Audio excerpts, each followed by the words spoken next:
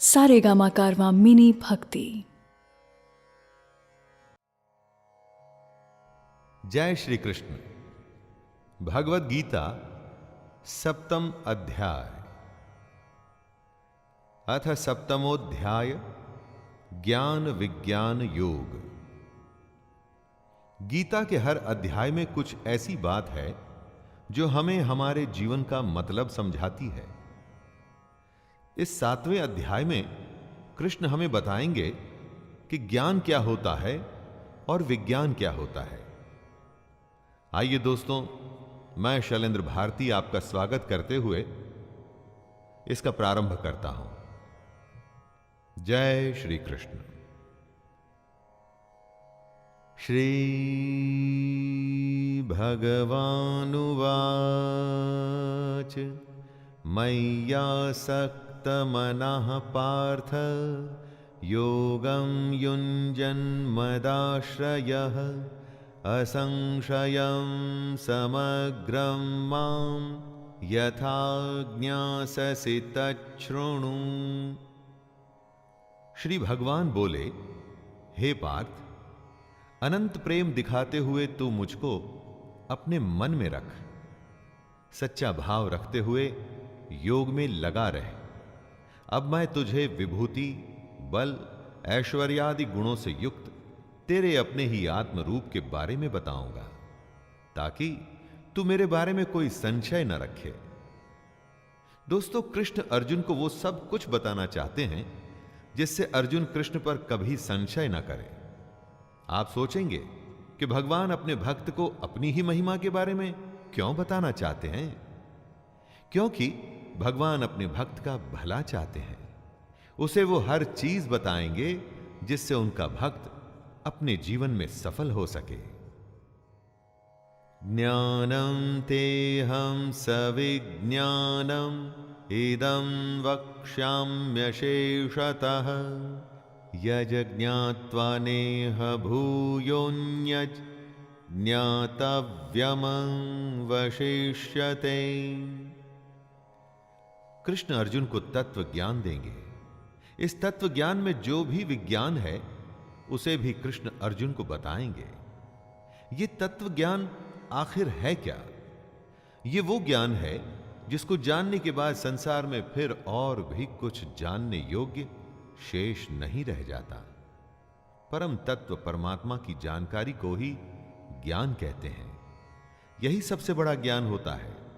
इसीलिए कृष्ण अर्जुन को अपने बारे में बताएंगे, और इसीलिए ये जानने के बाद अर्जुन के मन में किसी भी तरह की शंका नहीं रह जाएगी। एकदम सही बात है दोस्तों।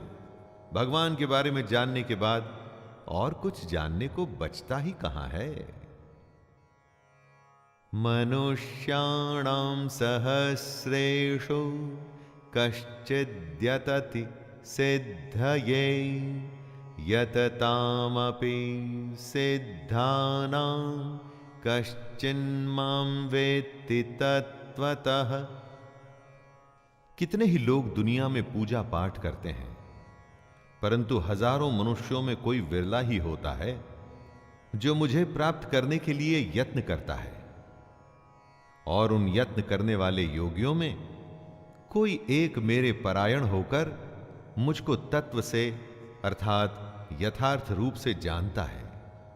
हजारों में एक मुझे पाने की कोशिश करता है, और उन सब में से भी कोई एक ही तत्व यानी कि असली रूप में मुझको जान पाता है।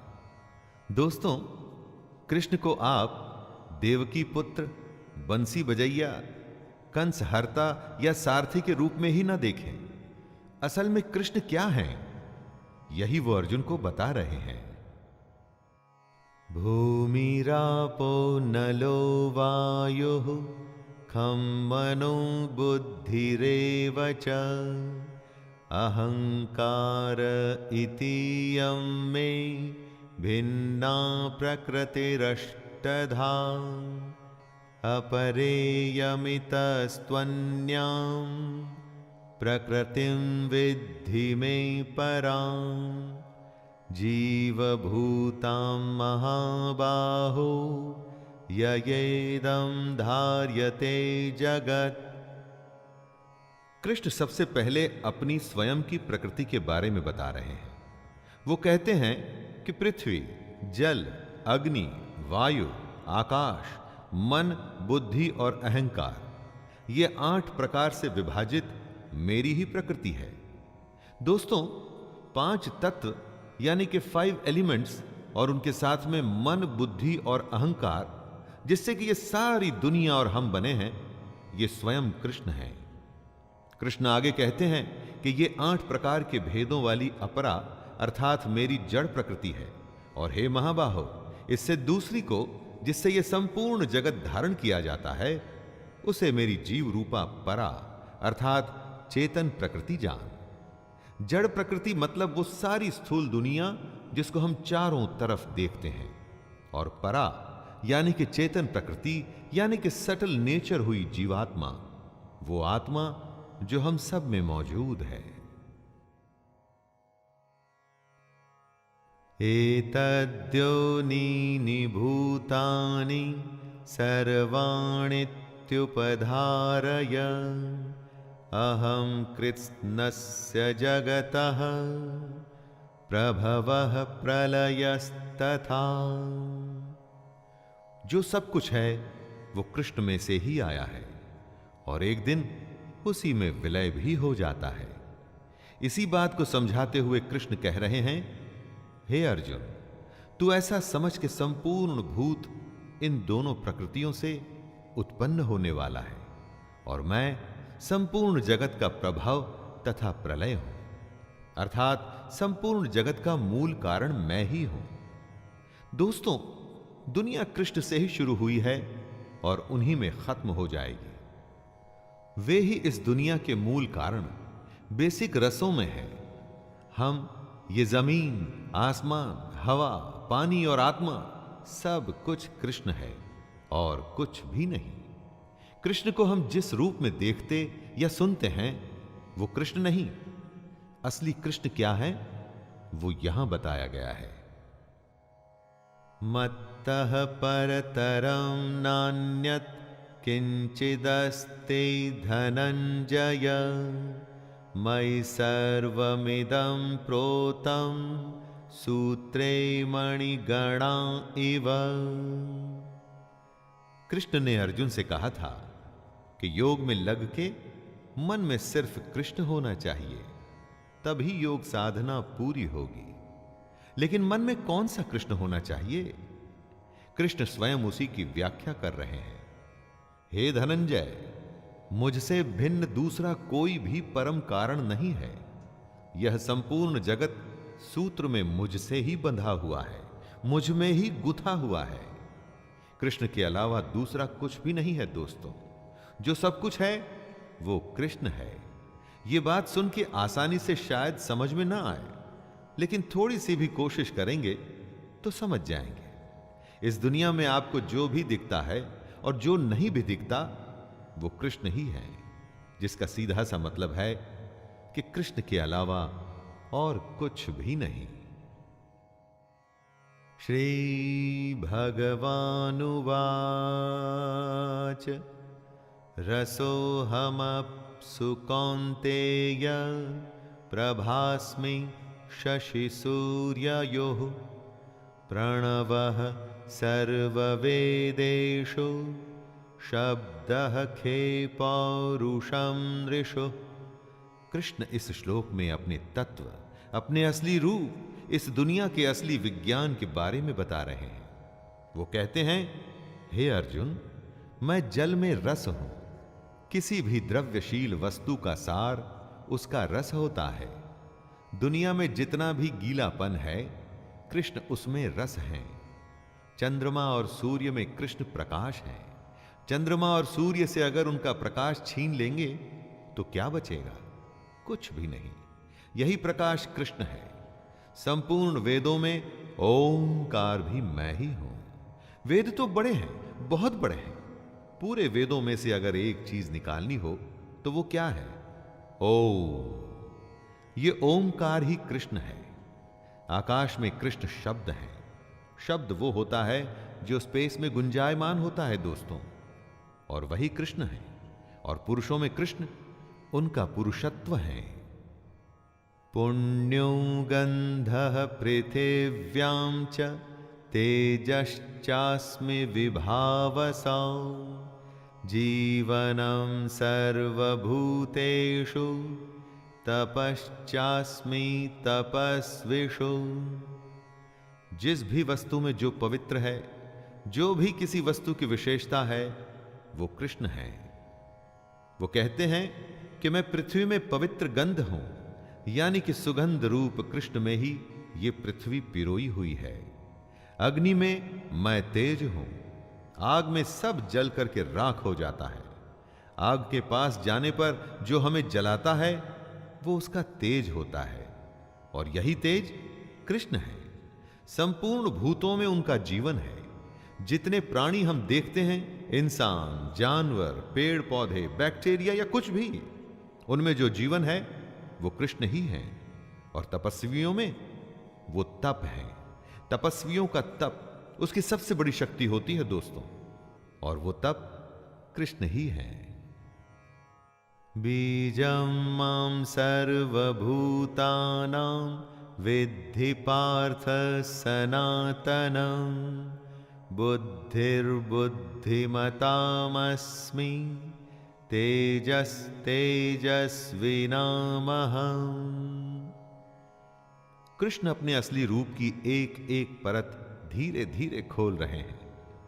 वे आगे कहते हैं, हे अर्जुन, तू संपूर्ण भूतों का सनातन बीज मुझको ही जान ले।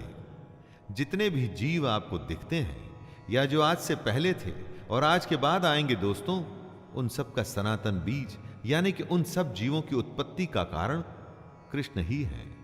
मैं बुद्धिमानों की बुद्धि और तेजस्वियों का तेज हूं, ऐसा कृष्ण कहते हैं। जब आप अपनी बुद्धि से कोई सवाल हल करते हैं, कोई रास्ता खोजते हैं, तो वो बुद्धि कृष्ण ही है। उसी तरह तेजस्वियों में जो तेज होता है, यानी उनमें जो ब्रिलियंस होती है, वो भी कृष्ण ही है।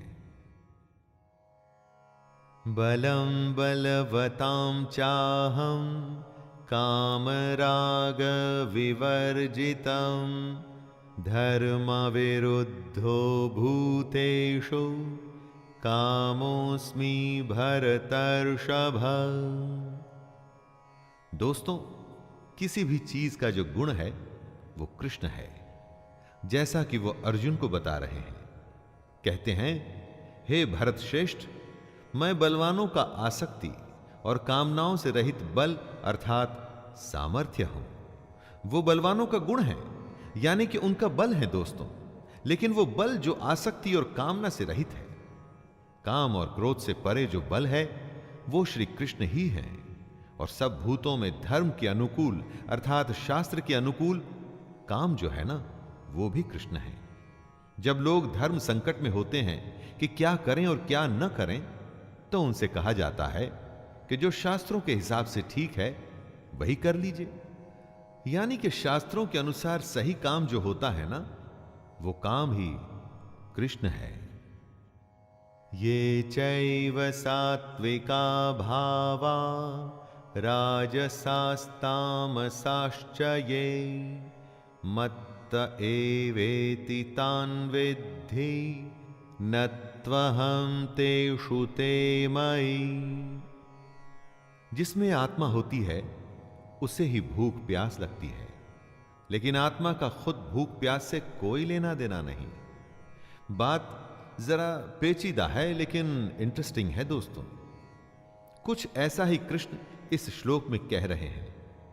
जो सत्व गुण से उत्पन्न होने वाले भाव हैं और जो रजोगुण से होने वाले भाव हैं, उन सबको तू मुझसे ही होने वाले हैं ऐसा जान ले, परंतु वास्तव में उनमें मैं और वे मुझ में नहीं हैं। इन भावों में कृष्ण है, लेकिन कृष्ण में ये भाव नहीं है। इन सारे भाव में कृष्ण कभी फंसते नहीं, इसीलिए तो वो योगी राज कहलाते हैं। यही तो सबसे बड़े योगी की अवस्था होती है दोस्तों। त्रिभिर्गुणमयैर्भावैर् एभिः सर्वमिदं जगत् मोहितं नाभिजानाति मामेभ्यः परमव्ययम्। जो कोई भी काम होता है वो या तो सात्विक, राजसिक या तामसिक होता है। इन्हीं तीनों प्रकृतियों से, इन्हीं तीनों गुणों से ही ये सारी दुनिया मोहित होती है। लेकिन जो इन तीन गुणों से परे है वो है कृष्ण। इस कृष्ण को कोई नहीं जानता। हम में, हमारे काम में जब तक सात्विक, राजसिक और तामसिक जैसे गुणों का अंश भर भी मौजूद रहेगा, तब तक हम कृष्ण के असली स्वरूप को पहचान नहीं पाएंगे। जहां ये तीन गुण खत्म होते हैं, वहीं से कृष्ण शुरू होते हैं। इन्हीं तीनों प्रकृतियों की वजह से हम में आसक्ति और कामना होती है। और अगर यही प्रकृति रही तो फिर हमें कृष्ण कैसे प्राप्त होंगे? दैवी हेषा गुणमयी मम माया दुरत्यया मामेव ये प्रपद्यन्ते मायामेतां तरन्ति ते।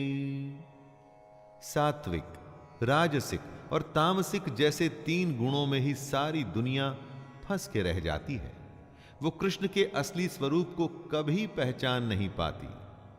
और वो इसलिए क्योंकि ये तीनों मिलके ही माया बनाते हैं।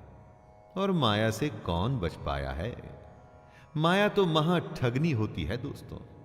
लेकिन जो पुरुष केवल कृष्ण को ही निरंतर भजते हैं, वे इस माया को उल्लंघन कर जाते हैं, अर्थात संसार से तर जाते हैं। इस माया के चक्कर से कोई नहीं बच पाया है, सिवाय उनके जो हमेशा कृष्ण को अपने मन में रखते हैं। ऐसा ही करने को कृष्ण अर्जुन से और हम सबसे कह रहे हैं। न मां दुष्कृतिनो मूढ़ाः प्रपद्यन्ते नराधमाः माययापहृतज्ञाना आसुरं भावमाश्रिताः। ऐसे कौन लोग हैं जो कृष्ण को नहीं भजते? तो आइए सुनते हैं, स्वयं कृष्ण बता रहे हैं कि माया द्वारा जिनका ज्ञान हरा जा चुका है, ऐसे असुर स्वभाव को धारण किए हुए मनुष्यों में नीच, दूषित कर्म करने वाले मूढ़ लोग मुझको नहीं भजते। घमंड करने वाले जो खुद को ही कर्ता मानते हैं, जिनमें असुर स्वभाव है, जो छोटी बातें या हरकतें करते हैं और दूषित कर्म यानी कि करप्ट काम करते हैं ना दोस्तों, ऐसे लोग कृष्ण को नहीं भजते। क्या आप कृष्ण को भजते हैं? उनके कहे निष्काम कर्म को करते हैं? उनके कहे अनुसार योग की साधना करने का प्रयास करते हैं? अगर नहीं करते तो आपको अपने बारे में सोचना पड़ेगा। चतुर्विधा भजन्ते मां जनाः सुकृतिनोऽर्जुन आर्तो जिज्ञासुरर्थार्थी ज्ञानी च भरतर्षभ। यहां कृष्ण उनका वर्णन कर रहे हैं जो उनको भजते हैं। चार तरह के लोग होते हैं जो कृष्ण को अपने मन में रखते हैं। सबसे पहले उत्तम कर्म करने वाले अर्थार्थी, यानी कि सांसारिक पदार्थों के लिए भजने वाले। जिसे दुनिया की चीजों से लगाव है, धन से जुड़ी चीजें जिसे चाहिए, वो है दूसरा यानी आर्त।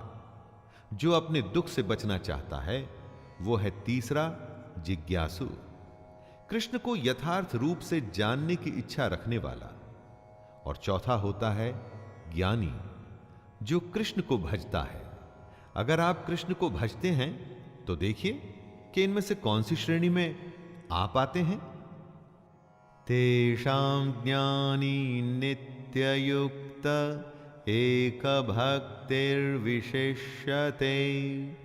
प्रियो हि ज्ञानिनोत्यर्थम् अहं स च मम प्रियः। भजने वाले तो बहुत हैं, लेकिन उनमें श्री कृष्ण को पसंद कौन है?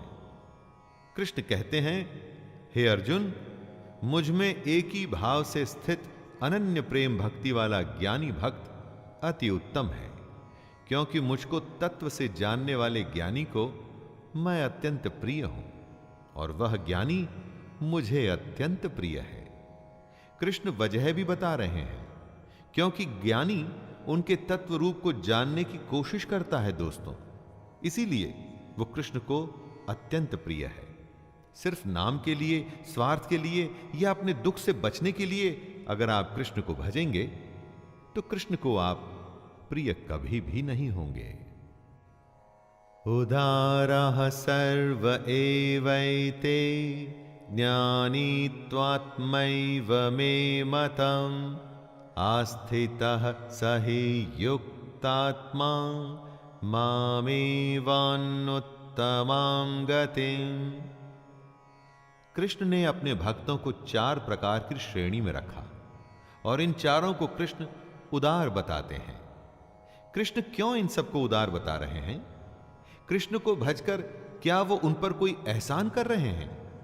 नहीं, वो स्वयं पर एहसान कर रहे हैं। कम से कम वो कोशिश तो कर रहे हैं कृष्ण तक पहुंचने की, लेकिन इनमें से कृष्ण तक पहुंचता सिर्फ ज्ञानी है। उसके लिए वो कहते हैं कि ज्ञानी साक्षात मेरा ही स्वरूप है, क्योंकि वो मन बुद्धि वाला ज्ञानी भक्त मुझ में ही अच्छी प्रकार स्थित है। जो ज्ञानी होता है वो मन और बुद्धि दोनों से कृष्ण को अपने अंदर बसा लेता है। किसी स्वार्थवश वो उसको नहीं भजता। वो कृष्ण का तत्व जानना चाहता है, इसीलिए उसे भजता है। बहूनां जन्मनामन्ते ज्ञानवान् मां प्रपद्यते वासुदेवः सर्वमिति स महात्मा सुदुर्लभः। कृष्ण का तत्व ज्ञान क्या एक जन्म में ही मिल जाता है? अरे कई जन्म लग जाते हैं उसके स्वरूप को, उसकी सच्चाई को समझने में, और बहुत जन्मों के अंत में जिस पुरुष को यह तत्व ज्ञान प्राप्त हो जाता है उसको कृष्ण महात्मा बताते हैं और कहते हैं कि वो अत्यंत दुर्लभ है।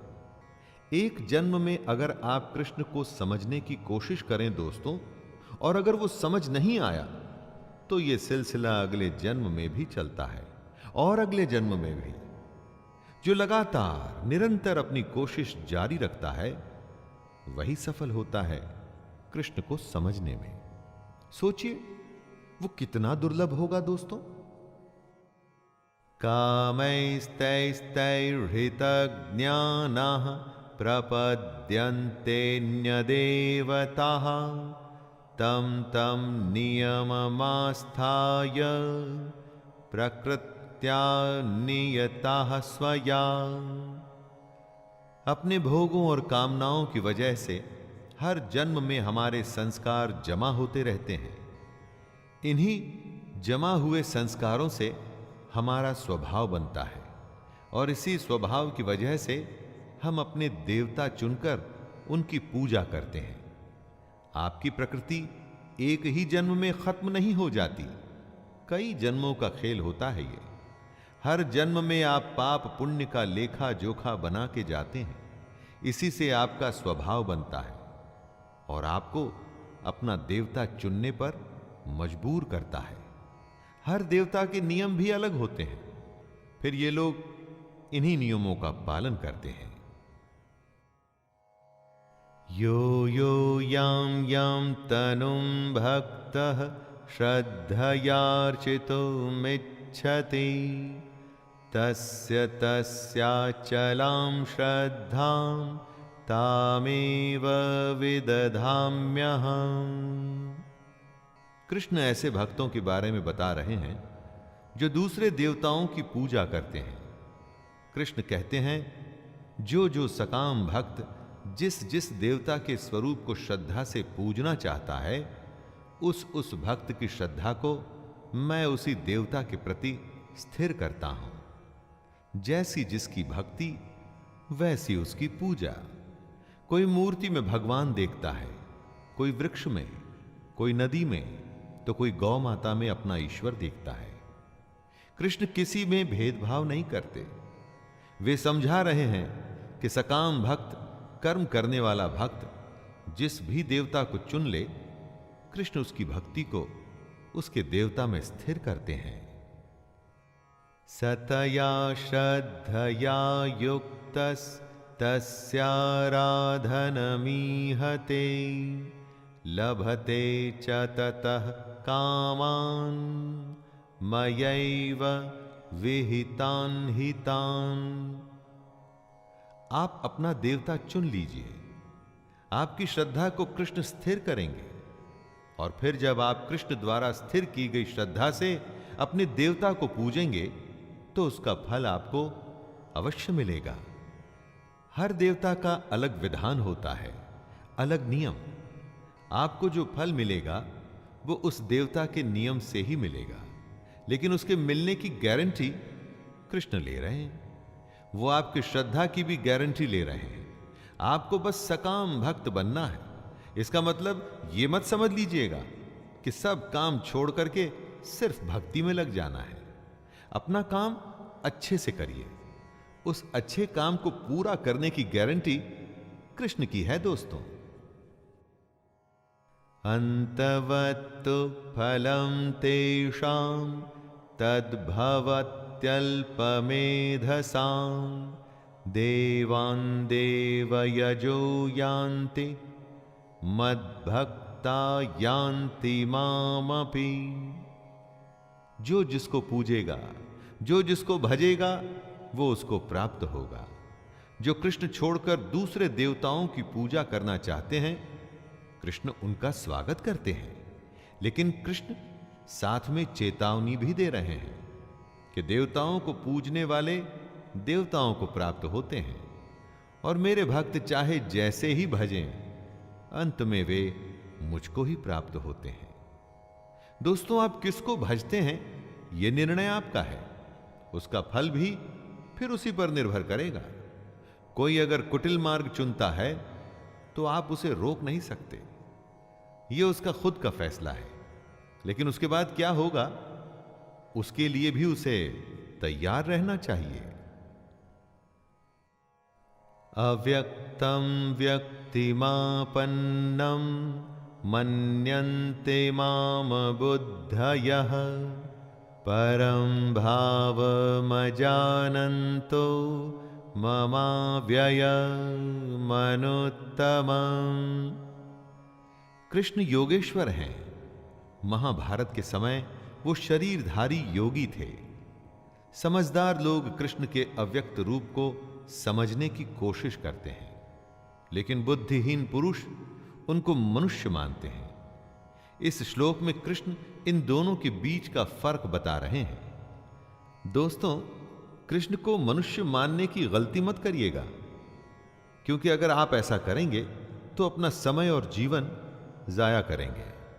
असलियत किसी के मानने या न मानने से नहीं बदलती, और असलियत कृष्ण का असली स्वरूप जो इस जगत के कण कण में मौजूद है, हर जीव में उनका अंश है। कृष्ण को समझने का साधन है योग, यानी निष्काम कर्म, और मन में कृष्ण को धारण करना। नाहं प्रकाशः सर्वस्य योगमाया समावृतः मूढ़ोऽयं नाभिजानाति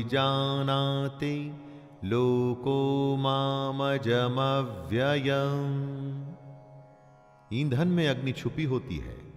जब तक उसे चिंगारी न दिखाई जाए तब तक वो प्रत्यक्ष नहीं होती।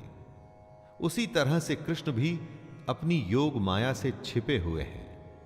अज्ञानी जन समुदाय जन्म रहित अविनाशी परमेश्वर को नहीं जानता, अर्थात वो कृष्ण को जन्मने और मरने वाला समझता है। लेकिन ज्ञान या योग वो चिंगारी है जिससे कृष्ण प्रत्यक्ष हो जाते हैं। रास्ता दिखाने वालों की भी कमी नहीं होती दोस्तों, और गुमराह करने वालों की भी नहीं। अज्ञानियों से वास्ता रखेंगे तो हमेशा गुमराह होंगे, क्योंकि उनके सोचने का तरीका ही गलत होता है। इसी गलत तरीके के बारे में कृष्ण ने इस श्लोक में बताया है। वेदाहं समतीतानि वर्तमानानि चार्जुन भविष्याणि च भूतानि मां तु वेद न कश्चन। जिस दुनिया में हम हैं वो कई जन्मों का खेल है। हम पहले भी थे और आगे भी रहेंगे। इस बारे में कृष्ण कहते हैं, अर्जुन, बीते हुए समय में, वर्तमान में और आगे होने वाले सब समय को मैं जानता हूं, परंतु मुझको कोई भी श्रद्धा भक्ति रहित पुरुष नहीं जानता। क्या हुआ था, क्या हो रहा है और क्या होगा, ये सब कृष्ण जानते हैं। लेकिन अज्ञानी जो श्रद्धा या भक्ति से दूर हैं वो नहीं जान पाते। दोस्तों, यहां भक्ति को पूजा पाठ से मत लीजिएगा। अगर आप अपने निष्काम कर्म के प्रति समर्पित नहीं हैं, पूरे मन से उसमें नहीं लगे हुए हैं, तो कृष्ण के कहे अनुसार आप अज्ञानी हैं। इच्छा द्वेष समुत्थेन द्वंद्वमोहेन भारत सर्वभूतानि सम्मोहं सर्गे यान्ति परन्तप। ऐसी क्या वजह है कि कोई भी कृष्ण के असली स्वरूप को जान नहीं पाता? वो इसलिए कि हम में से हर किसी में इच्छा और द्वेष से उत्पन्न मोह मौजूद है। ये मोह ही हमें अज्ञानी बनाता है। किसी से प्यार, किसी से झगड़ा, किसी का बुरा चाहना या किसी के लिए सब कुछ कर देना, इच्छा और द्वेष के यही तो सारे खेल होते हैं। इन सब के चलते क्या आपको लगता है कि आप इस दुनिया की सच्चाई को जान पाएंगे? पहले हम सबको अपने इस उथले रवैये से बाहर निकलना होगा। अपने अंदर की इच्छा और द्वेष को खत्म करना होगा। तभी हम सब लोग कृष्ण के स्वरूप को पहचान पाएंगे। येषां त्वन्तगतं पापं जनानां पुण्यकर्मणां ते द्वन्द्वमोहनिर्मुक्ता भजन्ते मां दृढ़व्रताः। निष्काम भाव से श्रेष्ठ कर्मों को करते हुए जिन पुरुषों का पाप नष्ट हो गया है, वे इच्छा और द्वेष से पैदा हुए द्वंद्व से छूटकर मुझको सब प्रकार से भजते हैं। कृष्ण ने ऐसे लोगों के बारे में बताया है जो अज्ञानता के चक्कर से निकलते हैं, जो दुनियादारी को छोड़ उससे ऊपर उठ अपनी और ईश्वर की सच्चाई जानना चाहते हैं। ऐसा करने का सीधा सा रास्ता है दोस्तों, निष्काम कर्म, जिससे कि पाप कटेंगे। पाप कटने से मन में इच्छा और द्वेष जैसे भाव खत्म होने लगते हैं। इन भावों के खत्म होने पर मन में कृष्ण का भाव आता है और फिर आप बेहद पास हो जाते हैं कृष्ण के, उसके स्वरूप को जानने के। जरा मरण मोक्षाय मामाश्रित्य यतन्ति ये ते ब्रह्म तद्विदुः कृत्स्नम् अध्यात्मं कर्म चाखिलम्। कृष्ण ने कभी दुनिया छोड़ने के लिए नहीं कहा। यह नहीं कहा कि भगवान की खोज में सन्यास लेके घर द्वार छोड़ दो, बल्कि ऐसा करने को कृष्ण ने ढोंग और पाखंड बताया है। कृष्ण ने कर्म करने को कहा है, सच्चाई जानने को कहा है, अपनी शरण में आने को कहा है। वो कहते हैं, जो मेरी शरण में आकर जन्म और मरण से छूटने के लिए यत्न करते हैं, वे पुरुष उस ब्रह्म को, संपूर्ण अध्यात्म को, संपूर्ण कर्म को जानते हैं। मरने और पैदा होने के चक्कर में तो सब फंसे हैं। उससे थोड़ा ऊपर उठिए और इस दुनिया की सच्चाई को, ब्रह्म को जानिए। साधिभूताधिदैवं मां साधियज्ञं च ये विदुः प्रयाणकालेऽपि च मां ते विदुर्युक्त चेतसः। जो मोहग्रस्त हैं वो कृष्ण को नहीं जानता, जिसमें इच्छा द्वेष है वो कृष्ण को नहीं जानता, क्योंकि जहां मोह होगा वहां कृष्ण हो ही नहीं सकते। जो कृष्ण के मनुष्य शरीर में विश्वास करता है वो कृष्ण को नहीं जानता। तो कौन जान पाएगा कृष्ण को? वही जान पाएंगे दोस्तों जो सब जीवों में कृष्ण को देखते हैं, जो निर्जीव में भी कृष्ण को देखते हैं, जो सबकी आत्मा में कृष्ण देखते हैं, जो ये जानते हैं कि कृष्ण हमेशा थे और हमेशा रहेंगे। ऐसे युक्त चित्त वाले पुरुष कृष्ण को जानते हैं और कृष्ण को ही प्राप्त भी हो जाते हैं। तो दोस्तों ये था 7वां अध्याय। इसमें कृष्ण ने बताया कि वे 3 गुणों से परे हैं। कौन उन्हें जानता है और कौन उन्हें नहीं जानता। अपनी स्वयं की महिमा के बारे में, इस जगत और उस जगत के ज्ञान और विज्ञान के बारे में श्री कृष्ण ने हमें बताया। आइए अब अगले अध्याय में फिर मिलते हैं। तब तक के लिए आज्ञा दीजिए अपने मित्र शैलेंद्र भारती को। जय श्री कृष्ण।